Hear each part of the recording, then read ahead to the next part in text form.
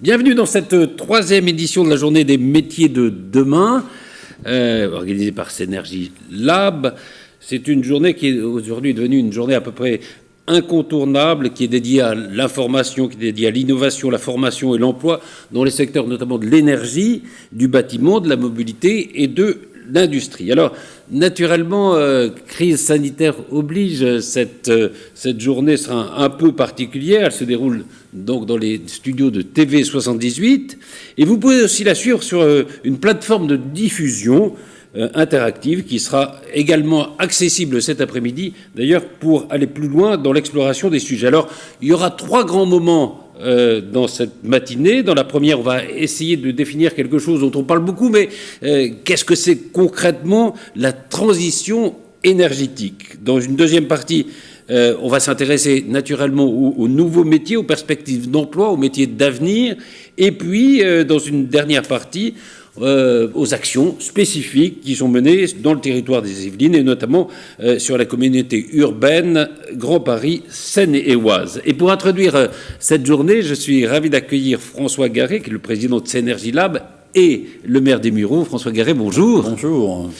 Alors peut-être avant toute chose, définissons, qu'est-ce que c'est Synergie Lab? C'est une association. Quand est-ce qu'elle a été créée et pourquoi? C'est une association qui a été créée maintenant à peu près il y a une dizaine d'années, globalement. Et cette association, l'idée était un peu d'être en avant, un petit peu en avant de tout ce qui pouvait être prospective future. Alors évidemment, quand on parle de ça, c'est un terme un peu générique, mais l'idée était de rassembler des entreprises, des industriels, de rassembler aussi des universités, des centres de formation comme la FAV, la FORP, mais aussi des collectivités. Et surtout, c'est vrai qu'il faut toujours qu'il y ait un temps par rapport à une idée, parce que souvent, on peut lancer des idées, mais finalement, on ne les voit pas aboutir. Mmh. Et c'était un peu l'objectif, c'est de se dire... D'être concret, quoi, du coup. Du concret, oui, et de travailler justement sur... Éventuellement, je vais prendre un exemple. On peut imaginer que demain, sur la route, on pourrait récupérer l'électricité qui serait produite sur la route. Voilà, c'est des sujets comme cela. Et l'intérêt aussi, c'est que souvent... Oui, il y a eu une tentative de Colas, notamment. Enfin, alors Colas le fait. Là, par exemple, on vient d'avoir aussi un projet de mur voltaïque en tant que tel, dans lequel on pense que peut-être que demain, sur les autoroutes, il pourrait y avoir, au lieu d'avoir des grillages, il pourrait y avoir des murs voltaïques. Et je pense qu'aujourd'hui, c'est quelque chose que j'appellerais en pré-front office. C'est un terme un peu... mais c'est ça. Et Synergie Lab, c'est véritablement un lieu d'échange, un lieu où chacun vient. Et il n'y a pas du tout, je dirais, on n'est pas dans le mode industriel en tant que tel. D'accord. Alors, c'est donc la troisième journée des métiers de demain. Qu'est-ce qui serait pour vous une journée réussie? Une journée réussie, déjà, premièrement, c'est quand même un modèle nouveau par rapport à ce que nous faisons aujourd'hui, lié aussi à la pandémie. Mais je trouve intéressant déjà de voir, on peut former des salons, on peut former tout un tas de choses en présentiel, mais je souhaite le présentiel, mais déjà de partir sur un système éventuellement avec de la visio, je pense que ça sera, on verra le nombre de personnes qui viendront dessus. Le deuxième point d'une journée réussie, c'est si véritablement ce soir, c'est un moment d'échange fort, un moment aussi où ça donne l'idée à d'autres d'échanger. Absolument. Parce que c'est pas le tout. Peut-être qu'il y a quelqu'un qui est au fond de ce garage, qui travaille sur un sujet. Souvent, je cite l'exemple de Marconi, à un moment donné, quand il travaillait sur les fréquences au fond de son garage, il allait à contre-courant de ceux qui étaient à l'époque les idées de la physique telle qu'elle était. Donc je pense si demain, il y a des gens peut-être qui sont là au fond de quelque chose. Et aussi, un point important, une idée ne veut pas dire nécessairement avoir fait des études supérieures, etc. Il y a des gens qui ont des idées, et finalement, c'est comment cette idée, on peut l'avoir. Par exemple, là, dernièrement, il y a une discussion qu'on a avec des startups sur les drones à hydrogène, par exemple, au niveau de Synergie Lab. Et c'est ça aussi, s'il y a un ensemble de jeunes, s'il y a un ensemble de startups, s'il y a un ensemble d'entreprises et qui écoutent, je pense que c'est aussi ça, c'est faire un petit peu ce que j'appellerais, alors c'est un peu un terme, Jules Verne avait, à un moment donné, on le prenait, avait des idées, et bien c'est demain, on peut imaginer, Synergie Lab peut être la Jules Verne des idées. D'accord. Et ça veut dire qu'on est à un moment un peu charnière, quoi. On va parler beaucoup de métiers. Alors c'est vrai qu'il y a des métiers qui disparaissent, des métiers qui apparaissent. On est un peu à ce moment-là, quoi, où tout est encore possible. Vous savez, vous savez, il y a toujours eu des périodes. Travailler, c'est possible d'ailleurs. Il y a toujours des périodes où il y a eu des idées. Par exemple, aujourd'hui, on fête les 100 ans de la radio. Oui, c'est vrai. En 1921. Bon, quand vous regardez, 100 ans après, ça a bien évolué la radio. Moi-même, j'avais créé une radio libre il y a 40 ans.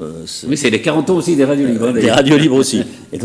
Et c'est vrai qu'aujourd'hui, par exemple, au niveau du média télévisuel, ça a bien changé aussi. Demain, on voit bien qu'aujourd'hui, les mobilités vont changer.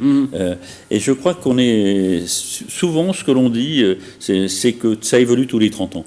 Et là, je pense que 2020-2050, c'est véritablement quelque chose où il va y avoir un saut fort sur tout un tas de choses, aussi bien sur les mobilités, sur l'énergie, sur le mode d'interaction. On le voit bien, on regarde avec la pandémie, comment tout a changé. Tout a changé. Et vous disiez tout à l'heure, voilà, il y a peut-être des gens qui travaillent dans leur garage. On va parler aussi de nouveaux métiers, évidemment, dans cette matinée. Est-ce que ce sont des métiers tous très techniques qui demandent des diplômes, qui demandent... alors, ça demande tous une formation, évidemment, mais est-ce qu'il y a des métiers qui s'ouvrent, au fond, à tous les gens qui soient très diplômés ou moins diplômés? Si vous voulez, moi je pense qu'aujourd'hui, dans les notions des métiers de demain, il faut partir du niveau simple, le plus bas, jusqu'au plus élevé. Un exemple, on parle beaucoup de l'isolation thermique, etc. Il ne faut pas être nécessairement Bac plus 12 pour faire de l'isolation thermique. Alors, je crois qu'aujourd'hui, c'est toute cette hiérarchie de métiers qui vont se développer. Tantôt, il y en a qui font de la recherche, tantôt, il y aura bien évidemment une mise en application, et c'est sûr aussi qu'on aura besoin, par exemple, de mécaniciens, de nouveaux mécaniciens. On va avoir besoin de nouveaux plombiers, de nouveaux peintres, de nouveaux... Et tous ces... Par exemple, s'il y a des drones, peut-être qu'il y aura des gens qui les dirigeront, les drones. Pareil, on parle beaucoup maintenant sur le maintien à domicile, par exemple. Le maintien à domicile, peut-être qu'on parle d'EHPAD à domicile. Si on parle d'EHPAD à domicile, il faudra bien des personnes qui viennent faire l'aide à la personne. Donc je pense qu'on est là, comme il y a... Regardez, c'est assez amusant. Moi, j'ai travaillé dans les systèmes d'information. Quand vous positionnez dans les années 70, 70-80, on était loin d'Internet. C'est vrai. C'était loin d'Internet. Ouais.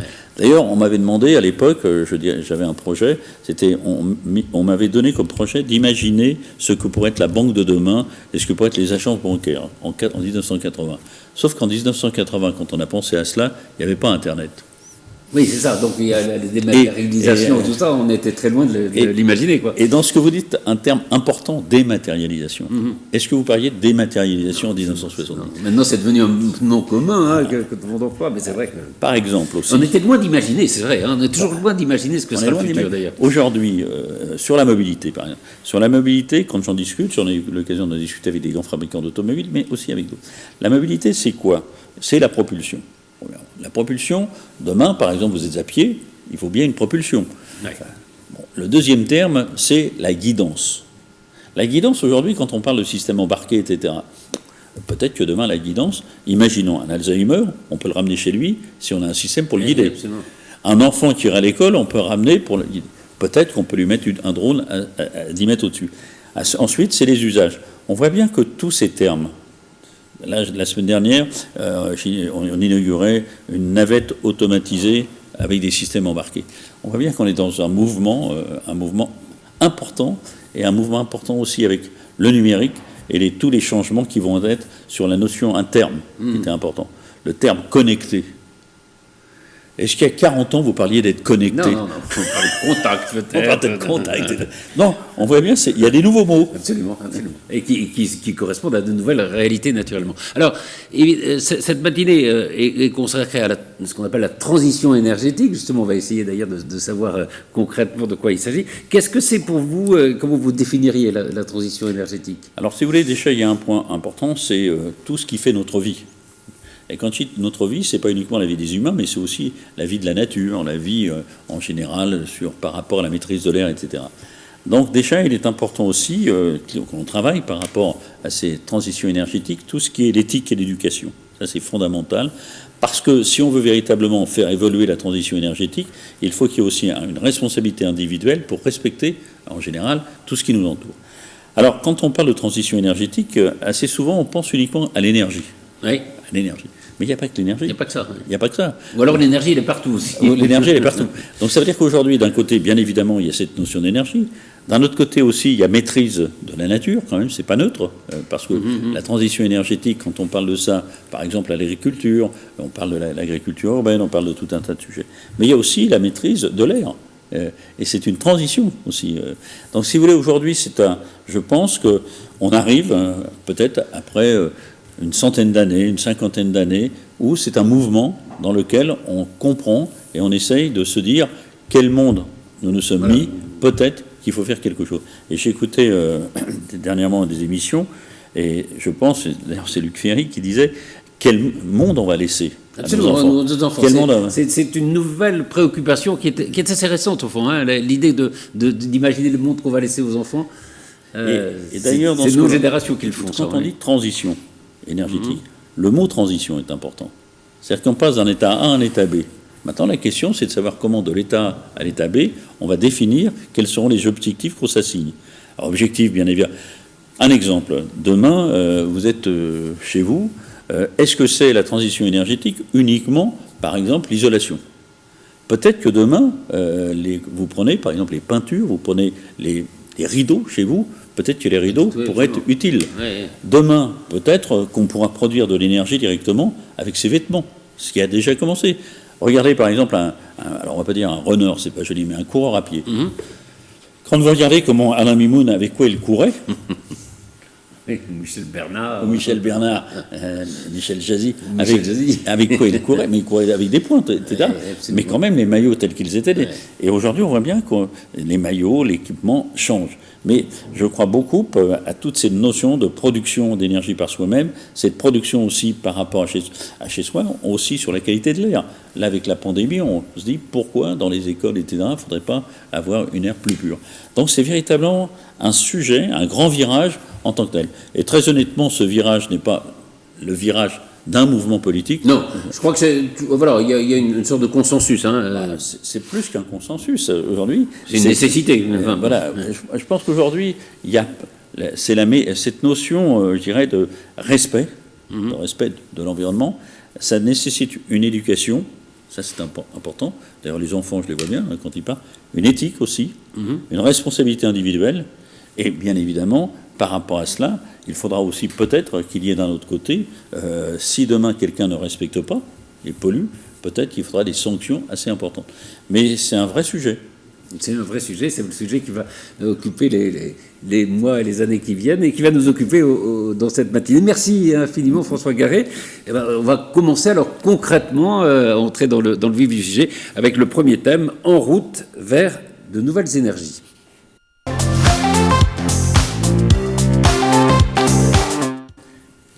Alors, je disais, on va entrer dans le vif du sujet, on va parler de la question énergétique. Pierre Monin, bonjour. Bonjour. Vous êtes délégué territorial Île-de-France de Engie. Alors, on va parler dans quelques instants avec vous. Je signale que tout à l'heure, j'aurai le grand plaisir, dans quelques minutes, à la fin de cette première partie, de m'entretenir avec un grand champion qui est Alex Kayser. Vous connaissez Alex Kayser, qui est un champion de kitesurf, qui a été 3 fois champion du monde de vitesse, qui est le premier homme au monde à avoir dépassé les 100 km à l'heure, juste par la force du vent, avec un engin à voile. Et donc, on s'entraînera avec lui dans quelques instants, parce qu'en plus, il est à l'origine d'un projet qui s'appelle le projet Sirocco, qui peut être révolutionnaire, parce que, comme vous le disiez il y a quelques instants, c'est vrai qu'il faut rompre aussi avec les habitudes passées pour inventer. Alors, Pierre Monin, je suis à vous dans un instant, mais tout au long de cette matinée, on va avoir un petit jeu. Et donc je vous pose la première question. Quel est, à votre avis, le principal consommateur d'énergie en Île-de-France ? Est-ce que c'est A, le bâtiment, B, l'industrie, ou C, le transport ? Alors, pour participer, c'est assez simple. Vous allez sur la plateforme sur laquelle vous pouvez nous suivre. Vous cliquez sur le petit onglet « Participer », juste à droite de l'écran, où il paraît que vous me voyez. Bon. Et puis, vous entendez d'ailleurs toujours ma voix, si ça vous embête, vous baissez le son. Et puis, vous répondez à la question, puis vous validez. Et puis, voilà, on vous donnera la réponse dans quelques instants. Mais justement, on va parler avec vous, Pierre Monat, d'énergie et d'Engie. D'abord, un mot sur Engie. Qu'est-ce que c'est Engie ? Alors Engie, c'est un groupe qui s'est beaucoup transformé en fait ces dernières années. Engie, historiquement, c'est un groupe français et donc d'envergure mondiale qui travaille sur les métiers de la production, de la fourniture d'énergie et puis tous les métiers qui sont associés, les services d'exploitation et de maintenance notamment. Mais ça, je dirais, c'est l'histoire. C'est l'histoire. Et l'histoire, elle évolue beaucoup. On va parler de transition énergétique. Et au sein d'Engie, on connaît cette transition au premier plan. Parce que effectivement, c'est ce qu'on voit sur le visuel là. L'énergie, c'est pas nouveau. C'est pas nouveau. Hein, ouais. Ça existe, ça accompagne l'humanité depuis la maîtrise du feu, la domestication du feu, et puis même la notion de transition énergétique, elle n'est pas nouvelle, puisqu'on a vu des énergies se succéder avec au Moyen Âge, par exemple, les moulins à eau, les moulins à vent. Derrière, la révolution industrielle qui a amené le développement du charbon, du pétrole, l'électricité. Voilà, l'énergie, les transitions énergétiques, ça a accompagné le développement de l'humanité. Et donc, pourquoi aujourd'hui on parle effectivement de transition énergétique ? Et là, j'en reviens à l'exemple effectivement d'Engie. Engie se transforme aujourd'hui, comme beaucoup d'entreprises du secteur, et a notamment adopté un geste très fort en adoptant une nouvelle raison d'être. Qu'est-ce que ça veut dire concrètement ? C'est très fort, une nouvelle raison d'être. Ça veut dire que ça change vos habitudes. Ça change nos habitudes, et puis ça change notre motivation, notre raison d'aller travailler. Aujourd'hui, quand je me lève comme tout salarié d'Engie, je sais quelle est la mission à laquelle je dois répondre.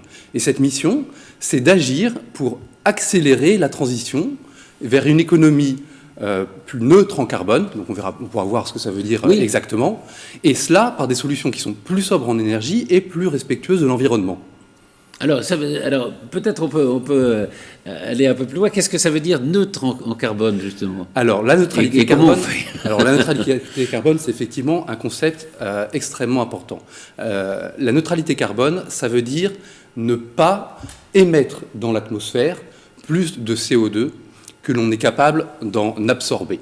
Alors juste pour revenir sur cette question du CO2, peut-être quand même pour expliquer un petit peu pourquoi on parle du CO2 et on fait un focus là-dessus, il faut voir qu'aujourd'hui, la consommation d'énergie telle qu'on la vit dans le monde, qui est une consommation qui continue à croître de manière drastique. On estime que entre 2018 et 2050, les experts de l'énergie internationale estiment que cette consommation pourrait encore croître de près de 50% d'ici 2050, avec tous les nouveaux usages, le numérique, etc.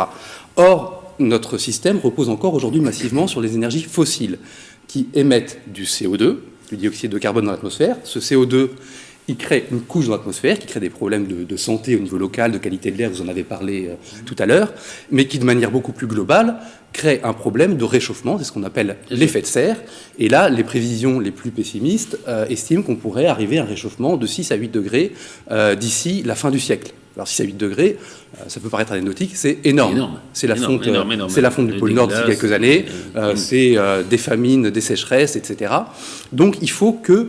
Et puis un problème de biodiversité, vous le disiez. Derrière, c'est la vie qui n'arrive pas à s'adapter, c'est les espèces animales qui disparaissent, les espèces végétales, et derrière, c'est l'espèce humaine qui est en danger. Donc il faut lutter effectivement contre ce réchauffement. Il faut arriver à notamment canaliser notre production de CO2, de dioxyde de carbone. Et pour cela, il y a... C'est possible ? Et oui, c'est possible. Oui, c'est possible. C'est dur, c'est compliqué. Ça implique une vraie volonté politique. C'est pour ça, notamment d'ailleurs, que l'Union européenne s'est fixé un objectif, une stratégie pour arriver à cette neutralité carbone en 2050. Donc ça demande quand même une transition, ça ne se fait pas du jour au lendemain, mais il faut l'enclencher dès maintenant.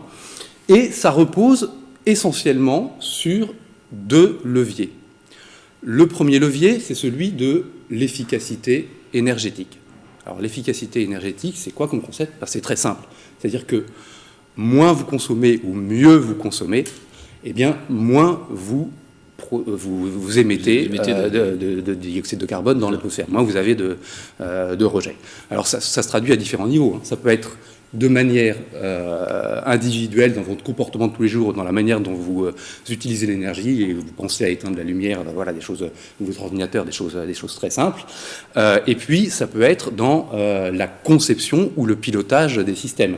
Par exemple, on voit aujourd'hui des obligations très fortes sur les bâtiments pour aller vers des bâtiments à haute performance environnementale, donc éviter effectivement que le chauffage aille chauffer les petits oiseaux, et puis des systèmes de pilotage de plus en plus fins qui permettent effectivement de piloter ces systèmes, que ce soit le chauffage ou les systèmes industriels. Donc c'est des métiers aussi derrière, de maintenance, etc. On en parlera dans une deuxième partie, mais c'est vrai que ça va engendrer de nouveaux métiers. Par rapport à ce que vous dites, François Garré, par rapport à ce que vous dites d'ailleurs, moi j'ai une start-up qui a créé ce qu'on appelle un majordome. Et un majordome, justement, qui permet de réguler la consommation. Oui, de réguler aussi bien au niveau de l'énergie, aussi bien au niveau, je veux dire, de l'alimentation, etc. C'est un majordome qui vous assure tout un numérisé. Numérisé, hein, c'est pas un monsieur qui vient chez vous. C'est important de souligner le rôle du numérique, parce qu'effectivement, on va vers des métiers dans lesquels le numérique a de plus en plus d'importance, des métiers aussi qui sont beaucoup plus ouverts à la mixité, y compris dans les métiers de maintenance, parce qu'on a effectivement on a moins de nécessité de force physique, on travaille sur du prévisionnel à partir de données, de tablettes, etc. Les opérations de maintenance se font avec des outils numériques. Donc les métiers changent, évoluent énormément. Et alors on a parlé effectivement du volet efficacité énergétique. Ce qu'il faut mentionner également, c'est le deuxième levier, c'est tout ce qu'on va faire pour remplacer nos énergies conventionnelles qui émettaient du CO2 par des énergies nouvelles, renouvelables et décarbonées. Et là, on a une évolution, là encore, technologique formidable. Alors, il y en a une multitude. Il y a toujours eu des mix énergétiques à toutes les époques. On utilise des énergies complémentaires, mais là, on a vraiment des panels très importants qui s'offrent à nous. On a l'énergie éolienne qui arrive à une certaine maturité en termes de filière, mais on a également le photovoltaïque qui peut être développé en particulier en autoconsommation. Donc ça veut dire que vous allez produire à l'échelle d'un bâtiment ou d'un quartier. Et d'ailleurs, on travaille sur un sujet comme cela avec Synergy Lab pour développer à l'échelle d'un quartier de l'autoconsommation qui permet, par des panneaux photovoltaïques, d'alimenter le quartier en énergie solaire. Vous avez la géothermie, qui vous permet d'aller puiser en profondeur, parfois à plusieurs kilomètres de profondeur, de l'énergie dans les couches terrestres pour alimenter des réseaux qui vont desservir des quartiers. Nous, en 2001, on a construit une mairie au Muro, donc, dans lequel on a la géothermie, et c'est elle qui nous chauffe l'ensemble de la mairie. On a été le premier bâtiment. C'est une évolution assez incroyable, là, quand même, et qui, évidemment, qu'on va voir de plus en plus dans les années qui viennent. Je crois que vous avez d'ailleurs mis au point un petit dispositif pédagogique à Engie qui s'appelle... vous alliez rajouter quelque chose, non, encore ? Je voudrais peut-être juste rajouter quand même sur les énergies renouvelables. Oui. On parle effectivement de production d'énergie, il faut aussi qu'il y ait les usages qui évoluent derrière. Je vais reprendre l'exemple de la mobilité que vous évoquiez tout à l'heure. Effectivement, si dans 40 ans on veut ne plus être dépendant du pétrole, il faut dès maintenant que les motorisations évoluent. Alors, on voit le développement des réseaux électriques, mais il n'y a pas que l'électrique. Parce que l'électrique ne peut pas répondre à tout. Donc, dans les énergies renouvelables, on peut penser également au rôle que peut jouer le biogaz. On transforme des déchets, par exemple des déchets agricoles ou des déchets ménagers en gaz naturel, et ça va pouvoir alimenter des véhicules. Et puis une autre énergie d'avenir qui connaît vraiment, je dirais, une forte poussée en ce moment, c'est l'usage de l'hydrogène. Donc comment notamment on peut développer de la motorisation et de l'usage hydrogène pour les transports. Oui, absolument. Mais, oui, ce que vous disiez aussi, il y a plein de pistes. Il y a une piste qui a été travaillée, notamment c'est sur les eaux usées, dans lesquelles on récupère le méthane. Oui. On va en parler d'ailleurs tout à l'heure. Il y aura. Nous avons un invité là-dessus. On va parler justement. Et l'histoire de l'hydrogène, par exemple. Est-ce que vous auriez imaginé, il y a 40 ans, H2O? Oui, on apprenait ça. Avec la table de Mendeleïev. Est-ce que vous auriez pensé un jour qu'on pourrait à l'hydrogène grâce à l'hydrogène. Par rapport à ce que vous dites, moi je voudrais souligner quand même un message important pour ceux qui nous écoutent aujourd'hui, pour les personnes qui cherchent leur voie professionnelle et pour les jeunes, c'est que ces métiers de l'énergie, ils se transforment complètement aujourd'hui. Les technologies n'ont jamais connu un boom pareil dans le domaine énergétique. Et donc, il y a plein de nouvelles choses à inventer, plein de nouveaux métiers, et avec un vrai sens que l'on peut donner dans notre métier et dans la volonté, effectivement, de faire changer les choses au niveau du climat, au niveau de nos usages. Un métier qualifiant. Métier absolument qualifiant. On en parlera dans la deuxième partie de cette matinée. Je disais, oui, avec Angie, vous avez mis au point un dispositif pédagogique qui s'appelle J'apprends l'énergie, qui permet justement de comprendre les enjeux de la question énergétique. Je vous remercie d'abord, et puis je vous propose de regarder un petit extrait de cette vidéo.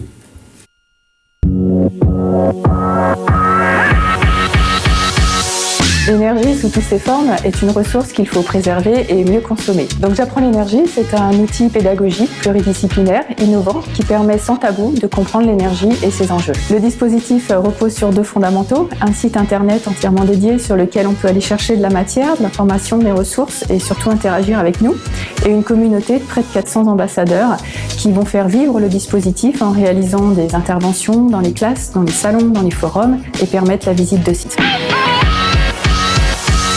Il y a une véritable richesse au sein du dispositif J'apprends l'énergie. Il y a énormément de supports pédagogiques, de médias différents, des vidéos, des textes, des jeux qui permettent en fait vraiment d'adapter l'intervention au niveau de la classe dans laquelle on va intervenir. C'est assez phénoménal de voir l'intérêt des enfants. Il y a énormément de questions, énormément de bras qui se lèvent et on leur montre qu'ils ont un rôle à jouer et ils apprécient beaucoup ce moment-là. 3 choses importantes à savoir sur le dispositif. Premièrement, c'est qu'il s'adresse à tous les niveaux, de la primaire au secondaire. Deuxièmement, c'est que ces ressources sont adaptées au programme scolaire. Troisièmement, toutes les matières peuvent s'en emparer, autant en maths qu'en géo, qu'en physique, qu'en technologie.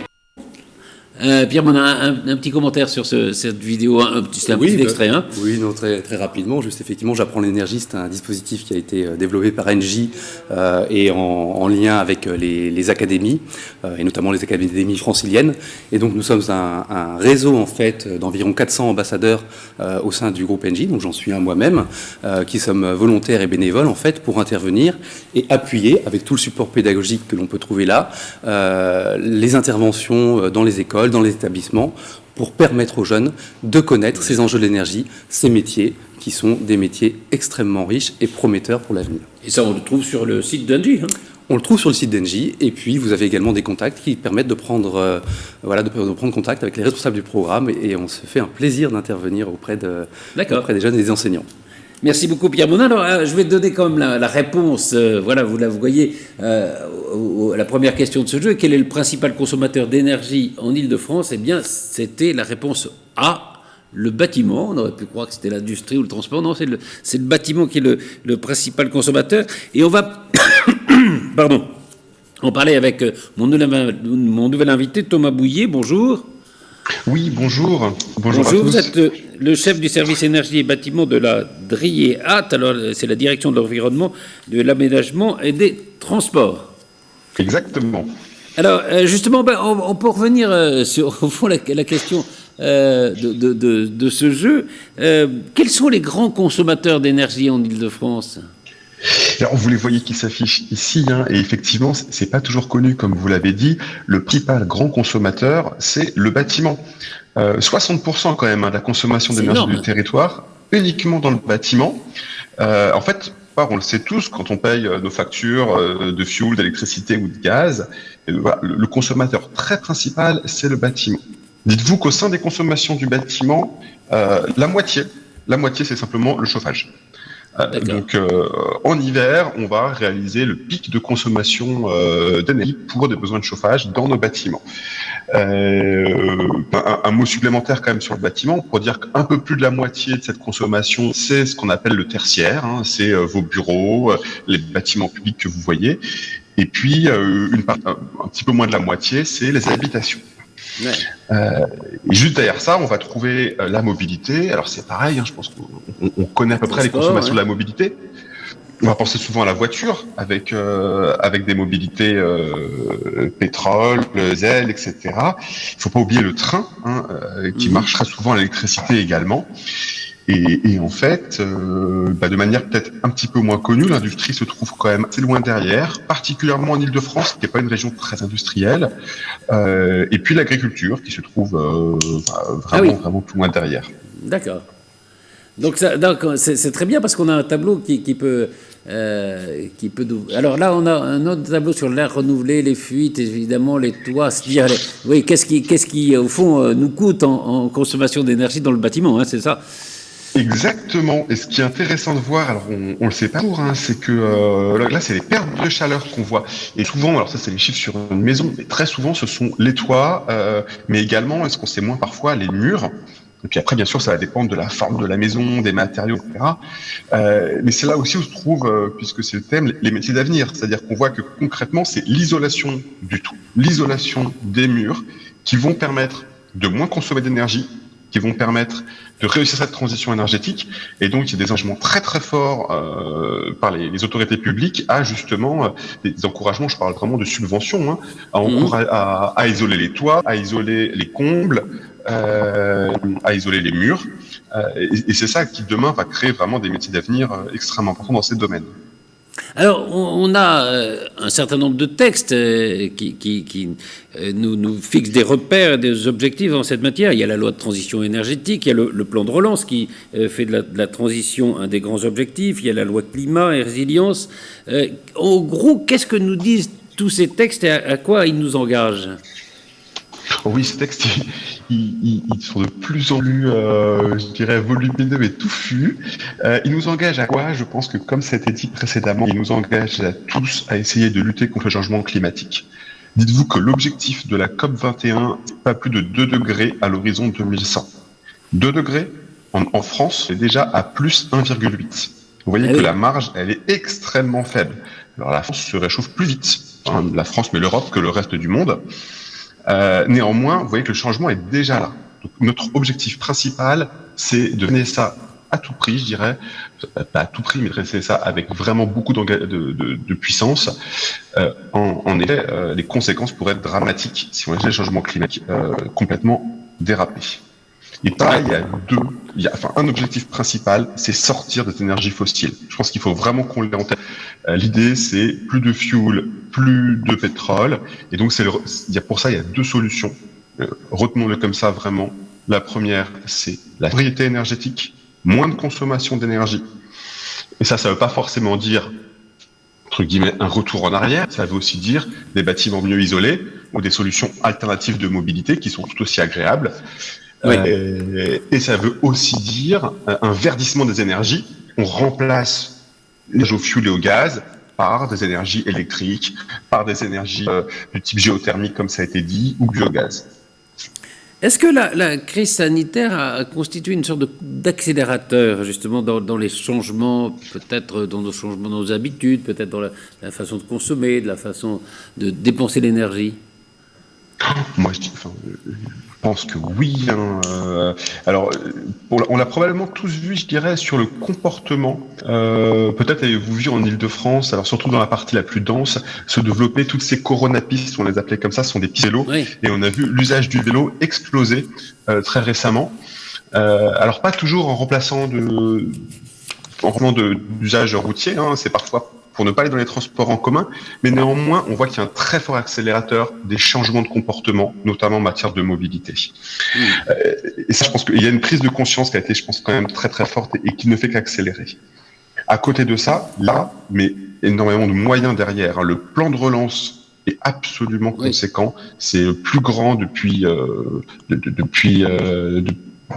relance post-seconde guerre. Voilà. Oui. On sait quand même 100 milliards d'euros sur la table, pour lesquels 30% sont dédiés à la transition énergétique. Donc voilà, dites-vous vraiment que les moyens sont là et que ces 30%, ils sont dirigés vers des projets extrêmement concrets.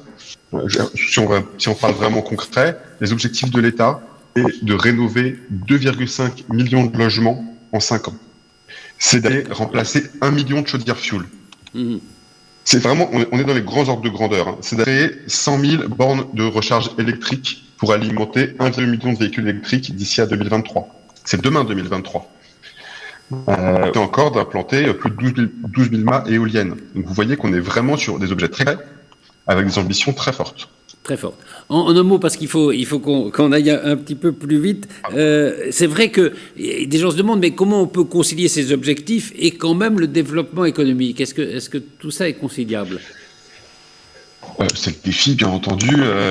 C'est le défi. Et je pense que très pratiquement, il faut surtout se dire que c'est un changement. L'objectif, c'est effectivement que certains secteurs, quand on parle de conciliation, vont plutôt être en diminution. L'idée, c'est de sortir des véhicules thermiques. Et on voit qu'à l'opposé, il y a un soutien très très fort vers d'autres secteurs qui vont être les secteurs de demain. La rénovation thermique des bâtiments, véhicules électriques, les énergies renouvelables. Ça, c'est appelé à être en très forte croissance. Et d'ailleurs, on le voit déjà, on a des nouvelles marques de véhicules qui apparaissent, qui sont sur les véhicules électriques et qui connaissent des très très grands succès. Écoutez, merci infiniment Thomas Bouillet de tout cet éclairage justement sur les enjeux qui sont devant nous et les objectifs qu'on se fixe et qui sont très très forts. Et je vous propose de regarder un petit sujet justement qui nous propose des solutions pour consommer mieux et moins. Quelles solutions pour aller vers une économie décarbonée et un territoire à énergie positive? La transition énergétique correspond au passage de cette époque à cette époque. Alors oui, c'est un peu exagéré, mais c'est pour que vous compreniez bien que nous sommes en plein dedans. Aujourd'hui, les énergies renouvelables, tout le monde en a entendu parler. Les éoliennes, les panneaux solaires, la biomasse. Dorénavant, c'est d'abord au niveau local qu'elles se développent pour produire une énergie verte au plus près de l'endroit où elle est utile et en prenant en compte les ressources locales. Raccordées à des réseaux de chaleur, elles permettent déjà d'alimenter de nombreuses agglomérations françaises. Par exemple, à Balma, dans la banlieue toulousaine, une chaufferie bois associée à du solaire permet de chauffer tout un écoquartier. Génial, non? Et en plus, ça crée des emplois dans la région. Pourtant, l'énergie la plus économique, c'est encore celle que l'on ne consomme pas. Mais oui, aujourd'hui, vous faites tous attention à votre consommation d'énergie, pour le bien de la planète et aussi pour celui de votre porte-monnaie. Cela s'appelle l'efficacité énergétique. C'est le métier de milliers d'hommes et de femmes en France. Ils travaillent chaque jour pour optimiser la consommation d'énergie des écoles, des bureaux, des centres commerciaux et désormais, ils utilisent des outils numériques super innovants. C'est l'époque des smart grids, des compteurs électriques intelligents, des outils de gestion plus performants. Le monde, l'énergie bouge. Alors bougeons ensemble. Bon allez, on se calme. On se calme. Dehors, sortez. Bon, regardez ces bureaux. À première vue, rien de particulier. Pourtant, chaque salle est équipée de fenêtres bien isolées, les consommations sont relevées, surveillées et pilotées en temps réel par des professionnels de l'efficacité énergétique. Pour ce cinéma, ici, ce sont des capteurs de présence que les équipes ont proposé d'installer. Bah oui, inutile de chauffer une salle vide. La transition énergétique, c'est vraiment l'affaire de tous.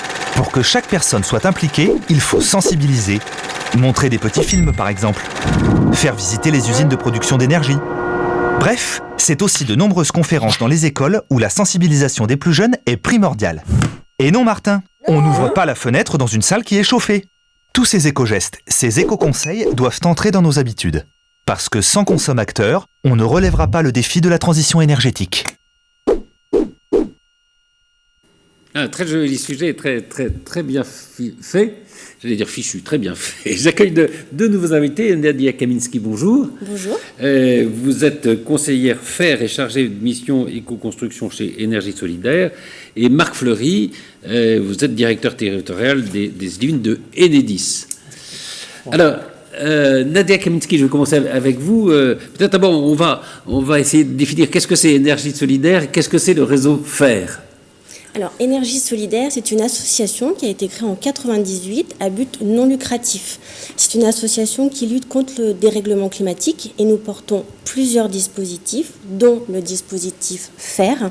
Donc FAIR, ça veut dire faciliter, accompagner, informer pour la rénovation énergétique. C'est un acronyme, hein, voilà. C'est un acronyme. Il y en a beaucoup.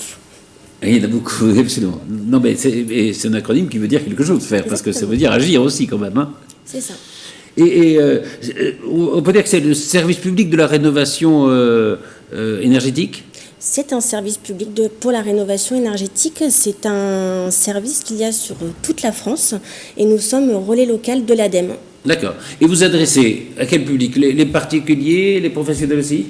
Les deux, les particuliers et les professionnels. D'accord. Alors, quel est le programme d'action justement donc d'énergie solidaire pour la maîtrise de la consommation d'énergie? Alors, notre cœur de métier, c'est le conseil et l'accompagnement des ménages sur la rénovation énergétique. La personne d'avant parlait par exemple des aides financières, donc MaPrimeRénov'. Nous, nos conseillers sont là pour répondre à toutes les questions des ménages sur leur maison, comment faire des économies d'énergie, quels travaux, quel chauffage et quelle aide financière pour financer ces travaux. Pour financer tout ça.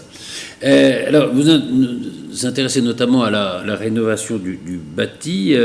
On en a déjà parlé. C'est vrai que d'ici 2050, il va falloir faire beaucoup d'efforts dans ce secteur qui est extrêmement énergivore. On l'a vu, c'est un premier consommateur d'énergie.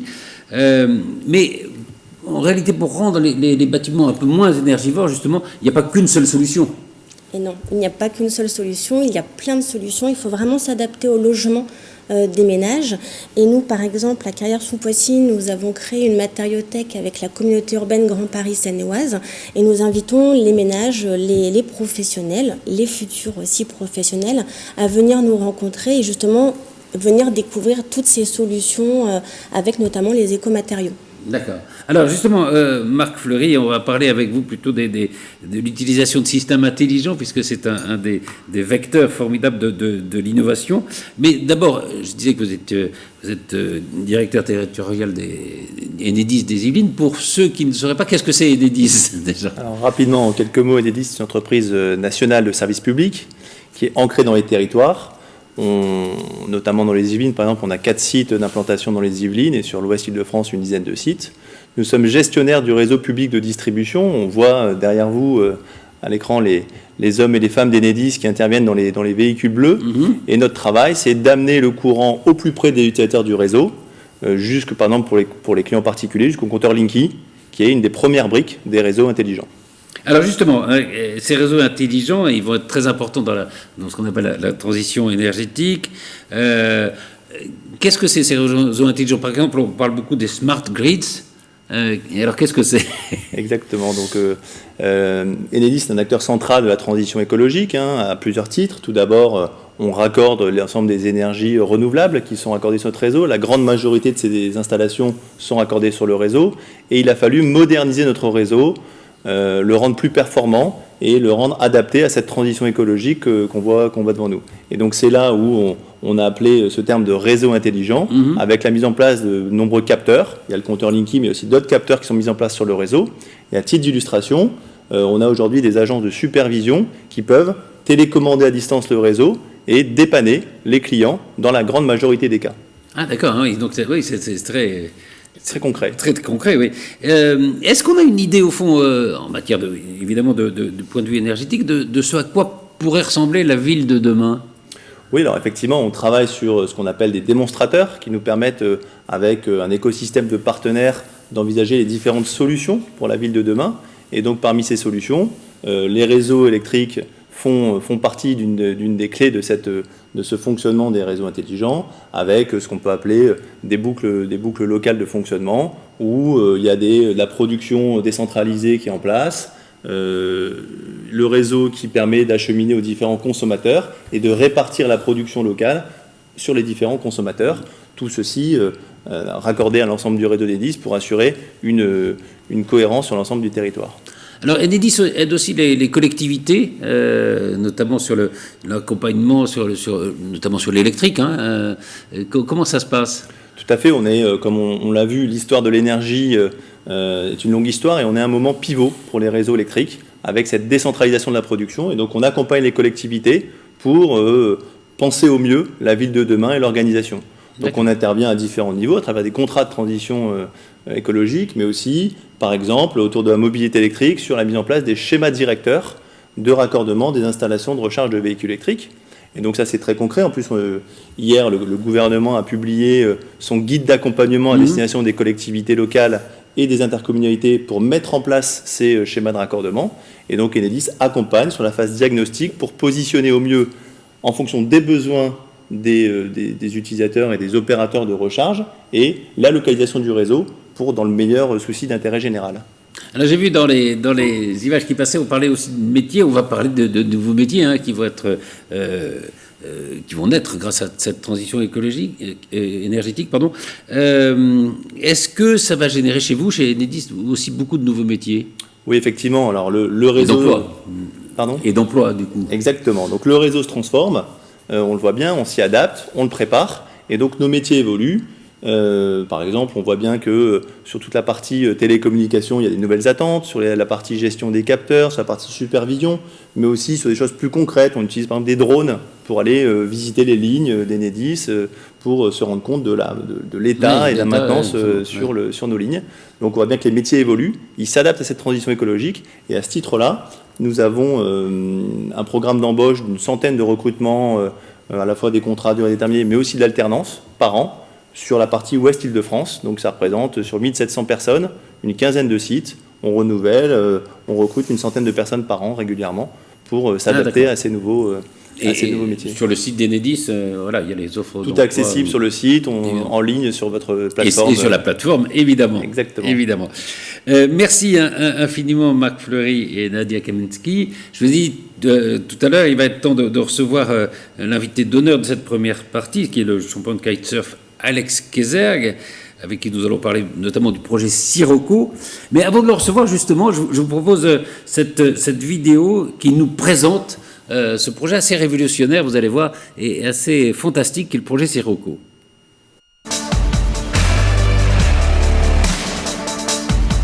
La mission aujourd'hui qu'on s'est donnée chez Sirocco, c'est de développer de l'innovation de rupture, parce qu'on pense que c'est le seul chemin possible pour vraiment aider à la transition énergétique.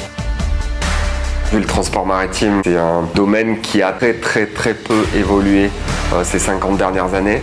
Et il y a tout un champ des possibles technologiques à développer pour rendre ce transport maritime plus neutre pour l'environnement.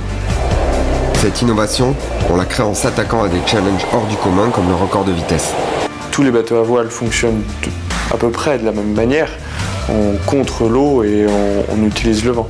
En revanche, nous, on a eu une approche très différente du concept de l'alignement des forces. Et on arrive à quelque chose d'extrêmement simple. On a réduit l'engin à sa plus simple expression.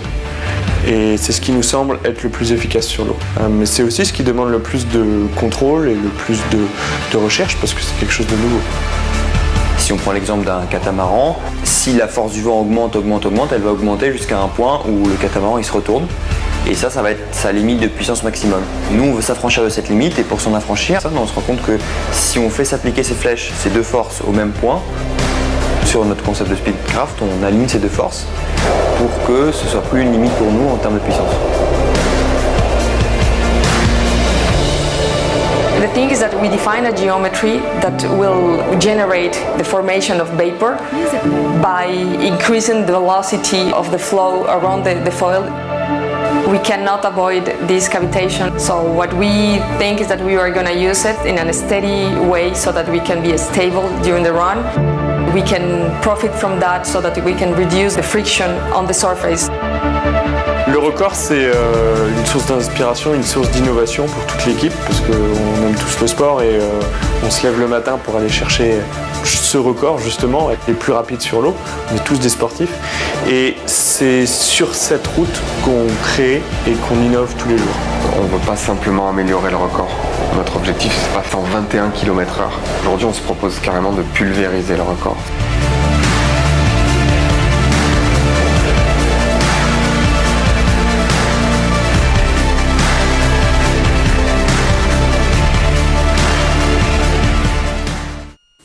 Voilà, et nous sommes avec Alex Kézergue, qui est l'homme de ce projet Sirocco. Bonjour. Bonjour. Bonjour. Alors, je rappelle, pour ceux qui ne nous avaient pas suivis depuis le début, que vous êtes champion de kitesurf. Vous êtes le premier homme au monde à avoir franchi la vitesse de 100 km/h sur l'eau, sur un engin à voile. On va parler de votre start-up, on va parler du projet Sirocco, mais peut-être auparavant, je voudrais qu'on parle de rupture, parce que est-ce que comme tout champion, comme tout recordman, vous n'êtes pas d'abord l'auteur d'une rupture avec le monde précédent, et en quoi cette innovation, cette rupture est-elle nécessaire aujourd'hui dans une période de transition énergétique ? C'est très philosophique tout ça, oui. Pour revenir sur la performance, moi toute ma carrière j'ai amélioré petit à petit mon record de vitesse par effectivement des améliorations, ce qu'on appelle des améliorations incrémentales. Donc on fait des petites modifications pour faire progresser les chronos, mais l'idée de Sirocco c'est vraiment de mettre la limite tellement haute, donc le chiffre à atteindre tellement haut par rapport au record actuel qu'on est effectivement obligé de créer de l'innovation de rupture pour vraiment arriver à cette fin d'un record très élevé. On a besoin d'un saut technologique, et ce saut technologique, on ne l'a qu'en développant de l'innovation de rupture. Alors le chiffre, je crois, on en reparlera, mais je crois que c'est 150 km/h, c'est ça, C'est ça. Mais alors, c'est assez amusant parce que, on va parler de la start-up qui est née en 2019, mais le projet Sirocco, il naît déjà en 2012 parce que vous étiez un peu furieux, il y avait quelqu'un qui avait réussi à aller plus vite que vous. Ouais, c'est ça. On avait le record en kite, donc on était l'engin à la voile le plus rapide du monde.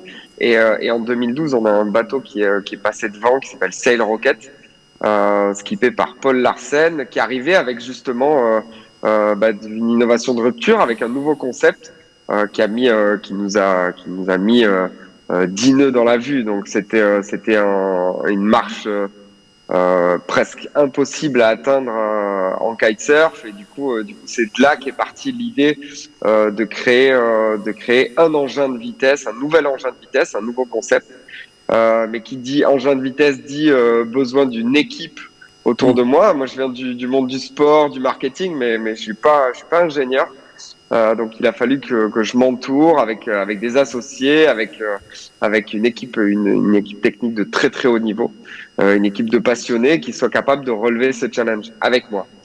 Oui, on l'a vu d'ailleurs dans le film, hein, on sent la passion chez tous les gens qui travaillent à ce projet. Justement, l'entreprise, alors, elle a été créée en 2019.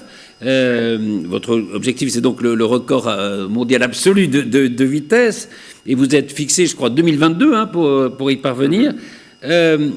En quoi, outre votre engagement personnel et la satisfaction personnelle du champion que vous êtes, évidemment, mais en quoi ce record est-il important ? Ouais, l'idée c'est que toute ma carrière, moi j'ai établi des records, j'ai battu des records. C'est super. À la fin, c'est super d'ajouter son nom dans l'histoire d'un sport, mais au final, ça apporte quoi? L'idée de Sirocco, c'était qu'on se servait de ce record pour développer de la technologie, de l'innovation de rupture, qu'on mettrait au service d'un domaine qui nous tient à cœur, qui est le domaine de la mer. Et il y a un milieu, le transport maritime, qui a besoin de cette innovation de rupture, parce qu'il a des challenges lui aussi de transition écologique.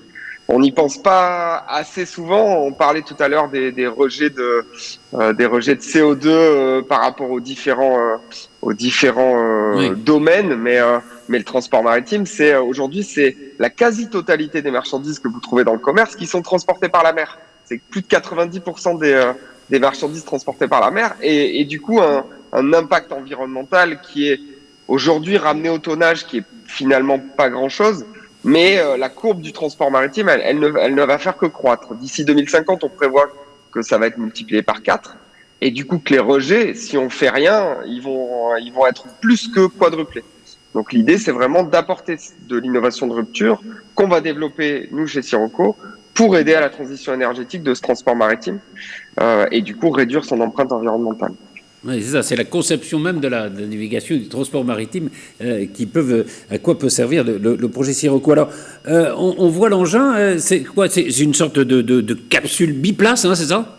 C'est ça. Donc vous et un copilote, hein, c'est ça? Oui, copilote. Il fait quoi, 5-6 mètres de long?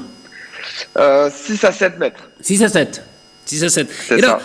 Là, on a vu, alors, il est, comment dire, est-ce qu'elle touche l'eau? Elle touche pas l'eau tout le temps, là, cette capsule? Non, l'idée c'est que vraiment, une fois qu'on est à vitesse, à vitesse de croisière, effectivement la capsule ne touche plus l'eau. Donc le seul lien qu'on a avec l'eau, c'est ce foil qu'on voit qui fonctionne de façon inversée par rapport à la façon dont on utilise le foil dans la voile sportive aujourd'hui. L'idée, c'est d'ancrer la machine dans l'eau grâce à ce foil qui va être en opposition totale avec la traction du kite. Donc une aile de kite géante qui va faire entre 30 et 50 mètres carrés. Et l'idée, c'est qu'on a une capsule qui abrite 2 pilotes et qui, elle, ne touchera plus l'eau à vitesse de croisière. Et on rappelle, cette capsule n'est propulsée que par les éléments naturels, hein, c'est ça? C'est ça, l'idée, c'est qu'on est exclusivement propulsé par le vent. Et Pierre parlait tout à l'heure de l'efficacité énergétique. Nous, c'est vraiment l'obsession de notre équipe aujourd'hui. C'est de comment faire pour tirer le meilleur parti de la seule énergie à laquelle qu'on a à notre disposition, qui est celle du vent. Et du coup, on a développé beaucoup d'expertise dans ce domaine-là. Et aujourd'hui, c'est ce qu'on essaie en priorité d'adapter pour le transport maritime de demain.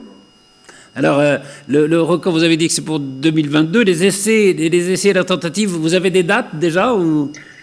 Alors, on est basé à Marseille, on est une petite vingtaine, et aujourd'hui, les essais qu'on mène pour notre recherche et développement, tout se passe à Marseille. Bien sûr, oui. L'idée, c'est vraiment de faire le record dans la baie de Marseille. Moi, j'habite à l'embouchure du Rhône, donc ça sera probablement entre l'embouchure du Rhône et la baie de Marseille.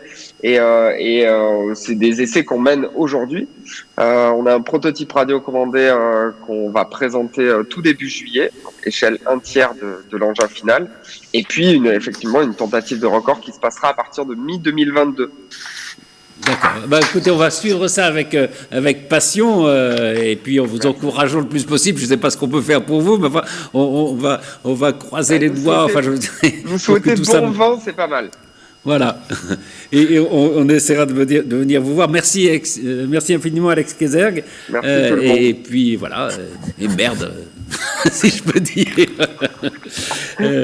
Voilà. Dans quelques instants, on va passer à la deuxième partie de cette matinée, deuxième partie consacrée au métier de demain.